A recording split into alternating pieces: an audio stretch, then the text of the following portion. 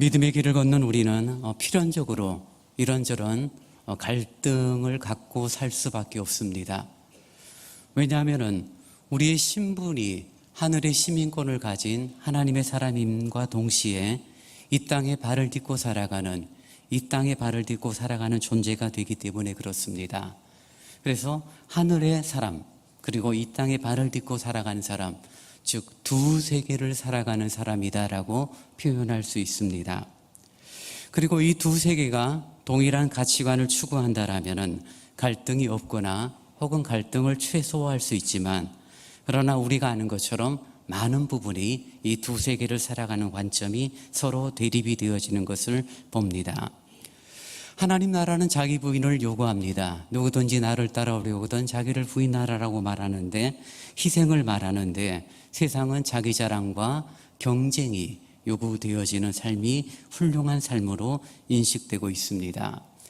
세상에서는 금메달을 따거나 1등을 하거나 혹은 합격을 할 때 귀하고 영광이 된다라고 말하지만, 그러나 하나님의 나라는 존재 자체가 귀합니다. 1등하지 못해도, 합격하지 못해도, 남들보다 훌륭한 삶을 살아가지 못한다 할지라도 그 존재 자체가 귀하고 복된 삶이라는 것을 우리는 기억할 수 있습니다. 그러니 전혀 다른 두 가치관 속에서 살아가는 우리의 삶이 갈등과 이런저런 어려움이 있는 것은 너무나도 당연한 것입니다. 신앙의 길을 걸어가며 우리들의 마음속에는 뭔가 좀 만사 형통의 삶을 기대하고 있고 좀 잘 되는 삶을 우리들의 마음속에 가지고 있지만, 성경은 그 어디에서도 우리들이 믿음의 길을 걸어갈 때 주님께서 형통하게 이끌어 주시고 모든 삶을 복되게 하신다라고 약속하고 있지는 않다는 것입니다. 갈등이 있고 두려움이 있고 이런저런 문제가 있지만, 그러나 그 속에서 한 걸음 한 걸음 주님을 찾고 주님을 고백하는 자에게 베푸시는 하나님의 놀라운 은혜를 성경이 약속을 하고 있는 것입니다. 오늘 본문의 내용은 간단하게 살피면 디아스포라들에게 주어진 하나님의 말씀입니다. 디아스포라들은 유대인들이 믿음의 길을 걷다가 그 믿음 하나 때문에 어려움을 겪게 됩니다.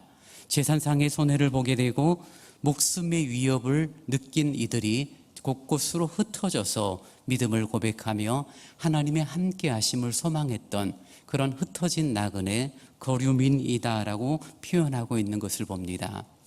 우리나라가 아무리 힘들고 어렵다 하더라도 저희들이 성경을 가지고 믿음의 길을 걷고 신앙생활하는 데 있어서 아무런 불편함이 없습니다. 아무리 어려워도 예수 믿는 것 때문에 재산상의 손해를 보거나, 여러분이 아무리 신앙생활 열심히 했다고 해서 그것 때문에 여러분의 목숨을 위협하는 그런 나라는 분명히 아니지만, 그러나 베드로 당시는 많은 사람들이 믿음 하나 때문에 목숨의 위협을 받았고 재산의 손해를 보았던 그러한 삶을 살았습니다.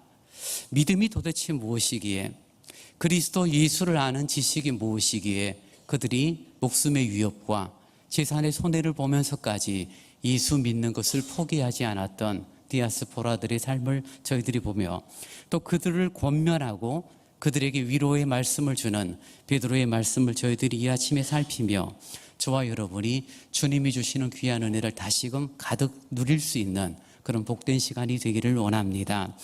본문 11절은 이렇게 시작합니다. 사랑하는 자들이라고 말합니다. 디아스포라들에게 사랑하는 자들이다 라고 표현합니다. 조금 더 원어적인 의미로 살핀다면 사랑을 받는 자들아 라고 부르고 있는 것을 보게 됩니다. 베드로의 사랑을 받는 자라는 뜻도 있겠지만, 그러나 주님의 사랑을 받는 자다라고 이해하는 것이 더 가까울 것입니다. 하나님의 사랑을 받을 수 없었던 자, 하나님의 사랑의 대상이 결코 될 수 없었던 우리들이 그리스도의 보혈로 말미암아 하나님의 사랑을 받고 있다는 것이 얼마나 귀하고 복된지 모릅니다. 가족들이 지금 함께 모여 새벽에 나와 있는데 부모의 사랑을 받는 것만 해도 얼마나 귀하고 아름다운지 몰라요. 그러나 부모의 사랑을 넘어서는 한없는 극치 하나님의 그 놀라운 사랑이 우리들 가운데 주어졌다는 사실에 대하여 기뻐하고 감사하는 우리 믿음의 성도님들이 되시기를 바랍니다. 하나님의 사랑을 고백하고 하나님의 사랑을 느끼는 것은 매우 중요합니다.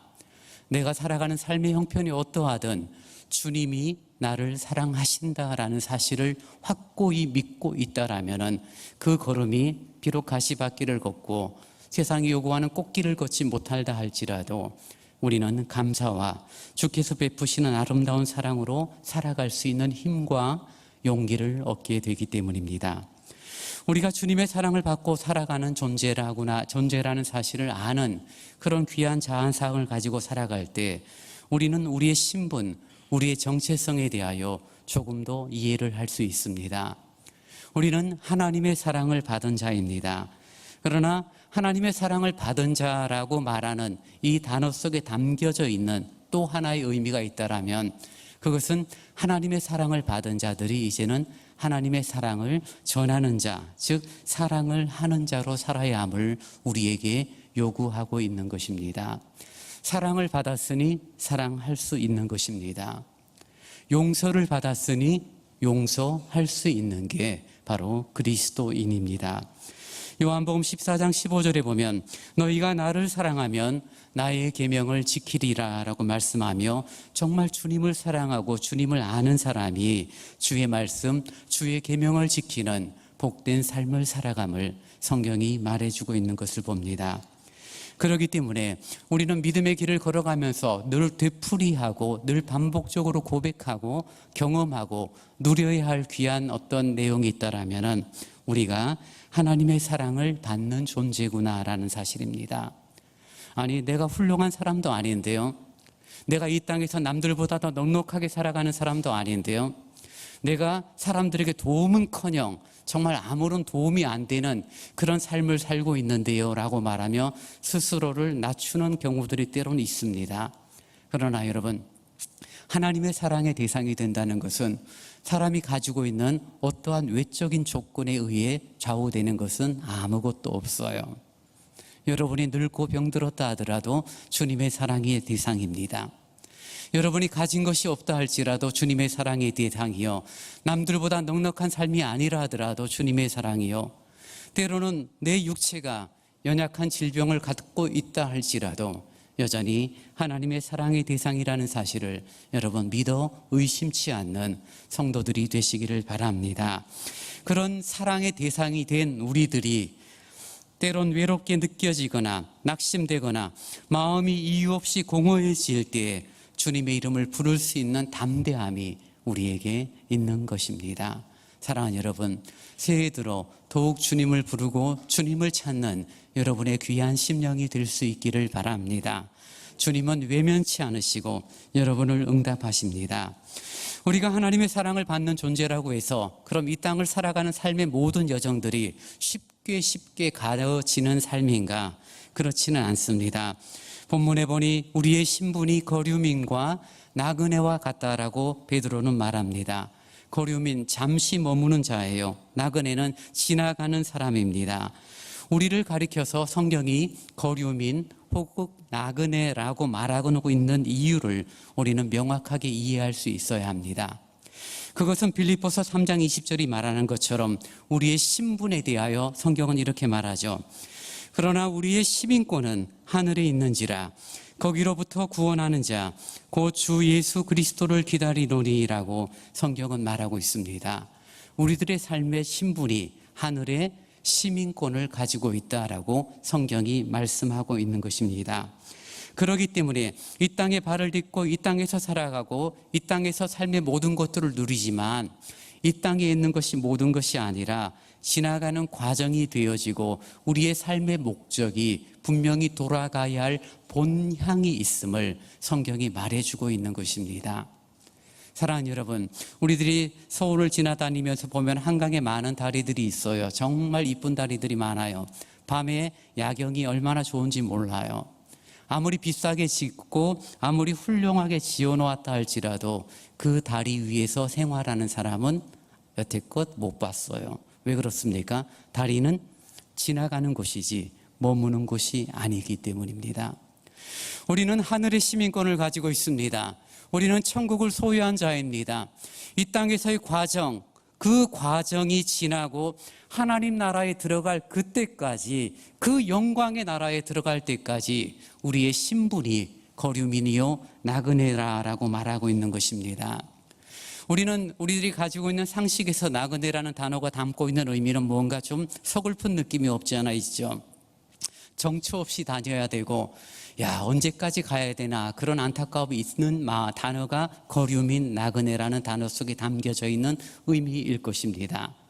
그러나 성경이 거류민과 나그네라고 말하는 그 의미는 정처 없이 가야 될 그런 존재가 아니라 분명한 목적이 있고 분명히 돌아가야 할 본향이 있는 그런 특별한 존재로 부름받은 나그네라고 성경이 말하고 있는 것입니다.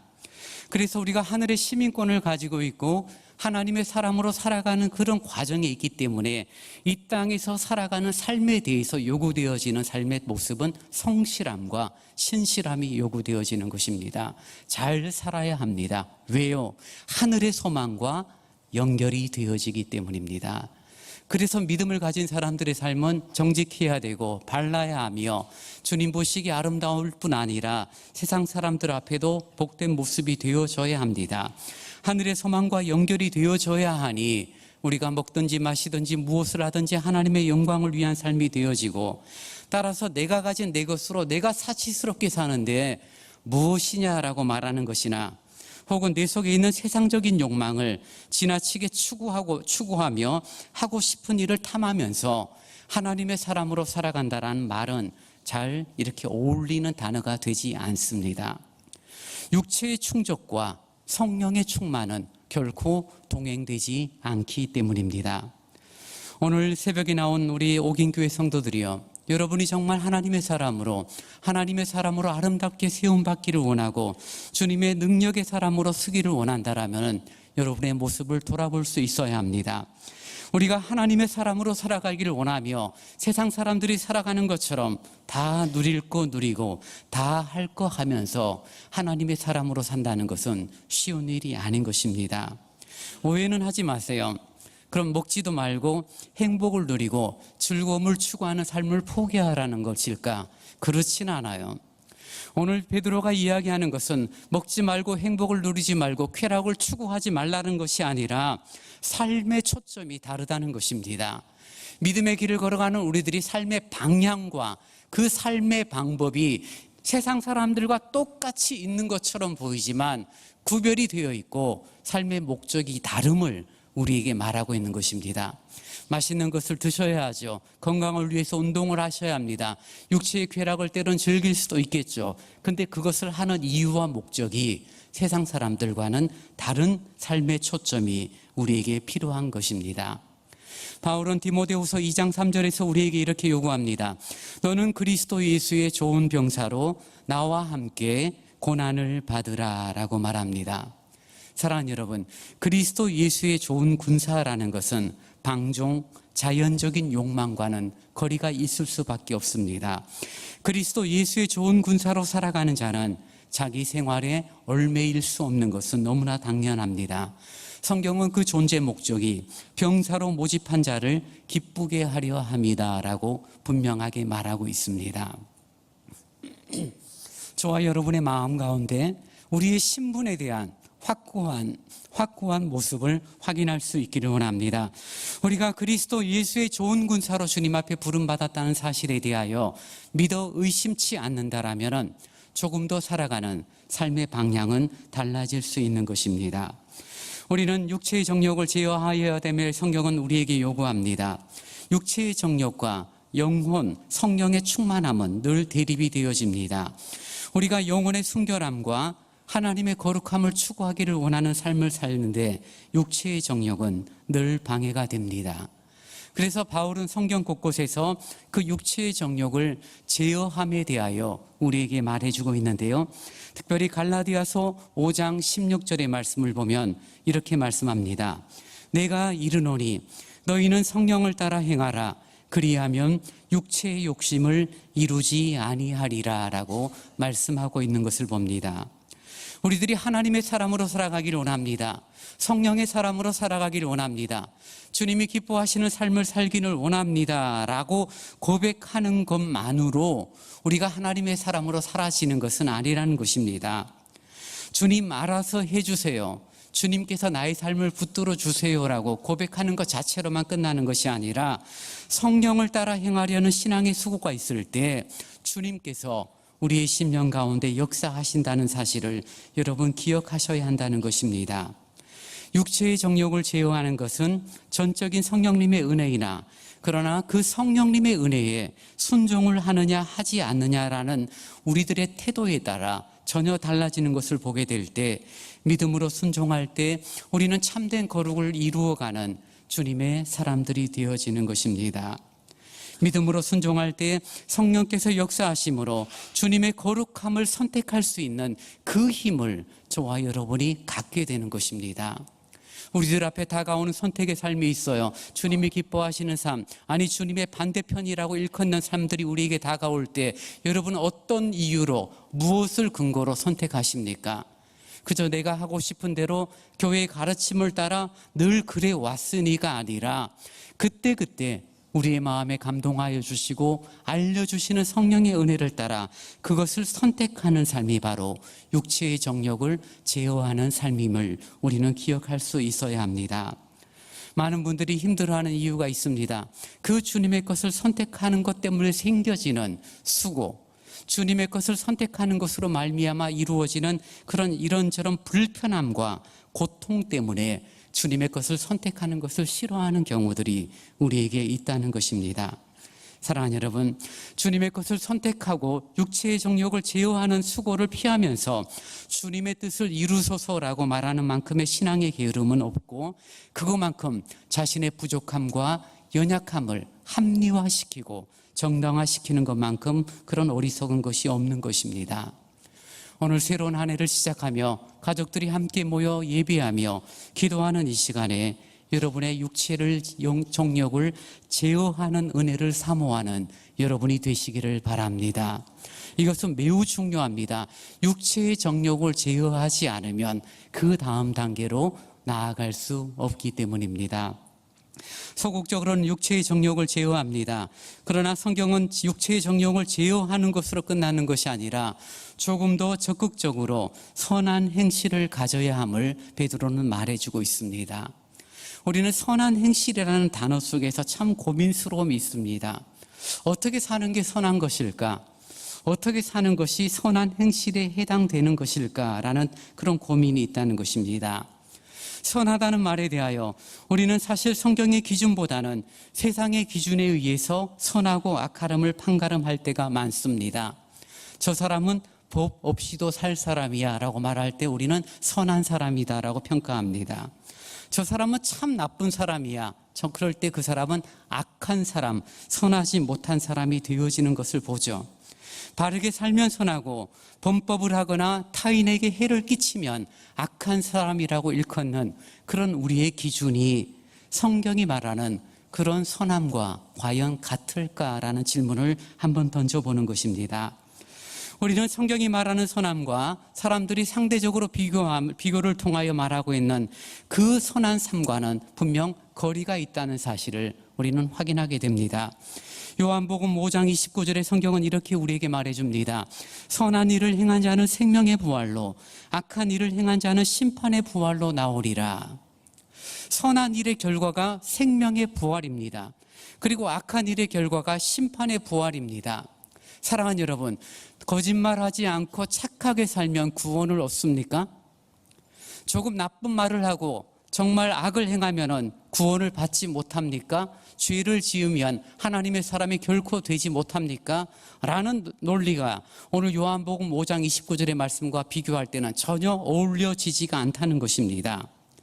성경은 선한 일에 대하여 그 선한 일이 뭔지는 정확히 우리가 아직은 모르지만 선한 일이 생명과 부활과 연결되어짐을 우리에게 말해주고 있고 그리고 그 선하지 못함이 심판과 연결되고 있음을 우리에게 분명히 말합니다.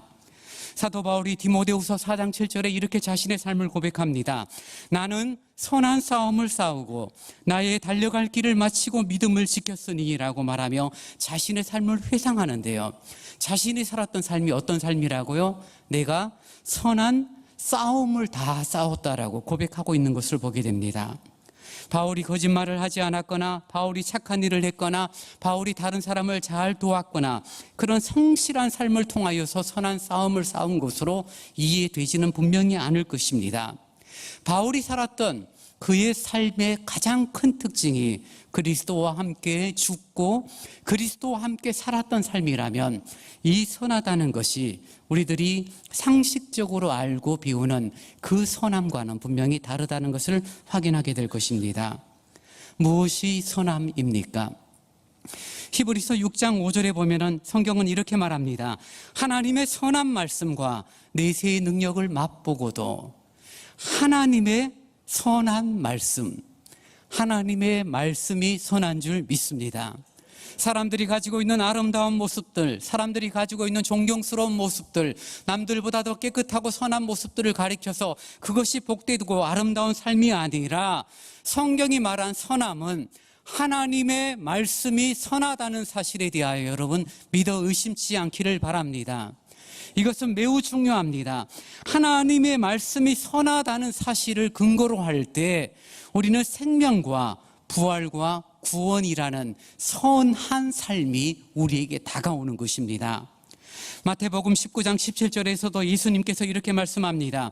예수께서 이르시되 어찌하여 선한 일을 내게 묻느냐? 선한 이는 오직 한 분뿐이시니라 라고 말하며 하나님만이 참 선함을 성경은 말해주고 있는 것입니다. 그러기에 우리는 선한 삶을 살아라, 선한 행실을 살아라 라고 요구하는 오늘 베드로의 권면의 말씀은 우리의 삶에서 내가 이루어가는 것이 아니라 주님과 관계가 있다는 것을 우리는 확인하게 되어집니다. 하나님의 말씀이 선하며 예수님이 선하시며 생명과 영생과 구원과 하나님의 나라가 선하다는 사실을 우리는 확인하게 되는 것입니다. 그래서 더 간단하고 단순하게 설명을 한다면 예수를 믿는 매일매일의 삶이 바로 선한 행실이라는 사실을 여러분 이해할 수 있기를 원합니다. 사랑하는 여러분, 주님 보시기에 아름답고 주님 보시기에 선한 삶을 살기를 원하십니까? 여러분이 노력하고 여러분이 애쓰고 거짓말하지 않고 정직하게 살아가는 삶, 분명 그것도 귀하고 아름다운 삶이 맞습니다.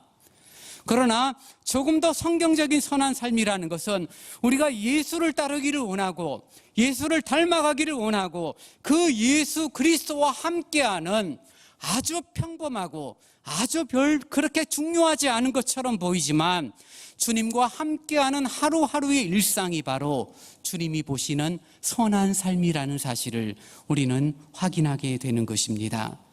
사랑하는 옥인의 성도들이여, 우리의 선함을 여러분 스스로부터 찾지 않기를 원합니다. 주님으로부터 찾을 수 있기를 원합니다.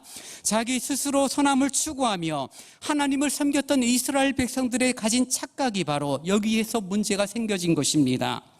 우리는 구약의 선지자들이 하나님의 말씀을 전하며 이스라엘 백성들을 질책하고 책망하고 때로는 꾸짖는 모습들을 봅니다. 이스라엘 백성들은 선지자의 꾸지름을 들을 때마다 그들은 당당히 말해요. 우리가 하나님을 온전히 섬겼지 않느냐? 주님이 기뻐하시는 11조를 드리지 않았느냐? 우리가 정말 주님이 기뻐하시는 모든 제물과 고급스러운 기름을 드렸고 정해진 절기를 지키며 하나님 앞에 거룩한 시간을 보내고 있는데 우리가 선한 삶을 살고 있는데 왜 선지자들은 우리를 인정하지 않지라고 질문했던 내용이 바로 그 선함이 나로부터 시작되어지는 것이 아니라 주님으로부터 시작되어진다는 사실을 이스라엘 백성들은 놓치고 있었던 것입니다. 선함은 주님으로부터 시작되어질 뿐입니다. 그래서 우리는 이런 질문을 던질 수 있습니다. 우리가 선한 사람입니까? 사랑하는 여러분, 여러분이 선한 분입니까? 라는 질문 앞에 여러분이 대답할 수 있다면 여러분 이렇게 대답하셔야 합니다. 저는 선치 않습니다.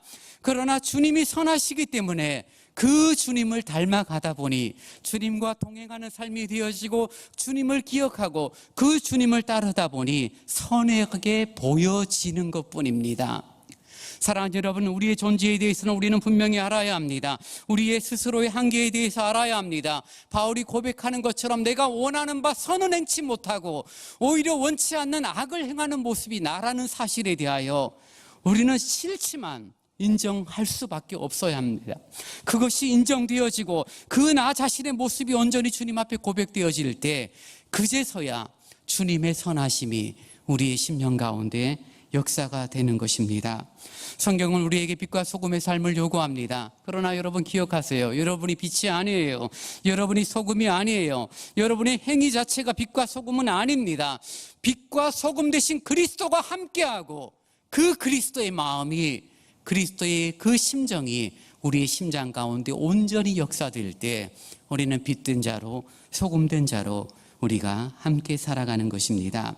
미가서 6장 8절은 성경은 말합니다. 사람아, 주께서 선한 것이 무엇임을 내게 보이셨나니 여호와께서 내게 구하시는 것은 오직 정의를 행하며 인자를 사랑하며 겸손하게 내 하나님과 함께 행하는 것이 아니냐라고 분명히 말씀하고 있습니다. 주님이 선한 것을 너희에게 보여셨는데 그것은 정의를 행하고 인자를 사랑하고 겸손하게 내 하나님과 함께 행하는 것이다 라고 말하고 있는 것입니다. 즉 주님과 관계 있는 삶, 주님과 상관 있는 삶이라면 그것이 선한 행실이라고 성경은 우리에게 가르쳐 주고 있는 것입니다. 많은 좋은 일을 하고 금식을 하고 구제를 하며 교회에 충성 봉사를 한다고 해도 그것이 자기 자신을 위한 일이라면 선한 일은 아니에요. 많은 사람들이 자신들이 열심을 갖고 교회를 섬깁니다. 나의 삶을 통하여 하나님께 영광 돌릴 수 있을 것이라고 사람들은 기대를 하지만 오히려 하나님 앞에 영광 돌리기는커녕 많은 형제를 실족시키고 자신의 어리석고 교만함을 드러내는 이유가 바로 여기에 있는 것입니다. 예수님과 관계가 있는 여러분의 삶이 되어지길 원합니다. 사랑하는 이웃들과 식사를 대접하십니까? 주님의 마음, 주님의 사랑으로 할 수 있는 여러분이 되기를 원합니다. 가난한 사람을 돕는 구제가 있습니까? 단지 이웃에 대한 불쌍한 마음으로 돕는 자가 아니라 주님 때문에 행할 수 있는 선한 행실이 되어지기를 원합니다.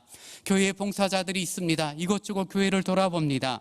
정말 그것이 내가 가진 직분 때문에 행한다라면 그것은 선함과 아무런 관계가 없어요. 주님 때문에 돌아보고 주님 때문에 행하는 여러분의 귀한 심령이 되어질 수 있어야 한다는 것입니다. 바라고 원하는 것은 참으로 우리의 섬김이 주님 보시기에 선한 행실이 되어지고 내 심령 가운데 역사하는 성령의 감동하심 따라 움직여지는 수고와 섬김이 되어질 수 있기를 원합니다. 새해를 시작하며 함께 말씀을 나누며 우리들의 존재, 우리들의 신분에 대하여 우리는 확인하게 됩니다. 내가 나를 봐도 못마땅해요. 여러분이 여러분의 아내를 보고 여러분의 남편을 보아보며 여러분의 자녀들이 여러분의 부모를 보며 별로 긍정적이지 않는 것이 오늘 시대의 특징입니다. 그러나 여러분, 사람들의 눈에는 그래요. 평가가 있고 기준이 있지만 주님의 마음, 주님의 눈으로는 어느 누구라도 사랑을 받을 수 있는 귀한 존재입니다. 여러분이 계심 자체가 복된 것입니다. 여러분의 존재가 아름다운 것입니다. 이 땅에서 나그네로 살아가며 정처 없이 살아가는 존재처럼 보이지만 그러나 분명한 목적과 분명히 돌아가야 할 본향이 있는 그런 아름다운 존재로 우리들이 살아가야 하며 육체의 정욕을 제어하고 그리고 선한 행실을 통하여 하나님 앞에 세움받는 존재가 바로 그리스도인이다라는 사실을 우리는 확인하게 됩니다. 사랑하는 여러분, 주위 사람, 옆에 분들을 한번 보세요. 사랑하는 자입니다. 사랑을 받을 만한 자입니다. 내 눈으로 볼 땐 뭔가 부족해 보이고 내 눈으로 볼 땐 뭔가 모자라 보여요. 왜 그거밖에 되지 않느냐라고 자녀들을 향하여 때론 부모들은 질책할지 몰라요. 그러나 그렇지 않습니다. 주님의 사랑을 받은 합당한 존재입니다. 육체의 정욕을 제어하십시다. 선한 행실을 살아가십시다. 그래서 2018년을 시작하는 우리의 복된 하루의 시간뿐만 아니라 마지막 주님 오실 그날까지 아름답게 그 믿음의 길을 걸어 정말 주님 앞에 착하고 충성된 종으로 일컬음받는 귀한 믿음의 성도들이 되시기를 간절히 바랍니다. 기도하겠습니다.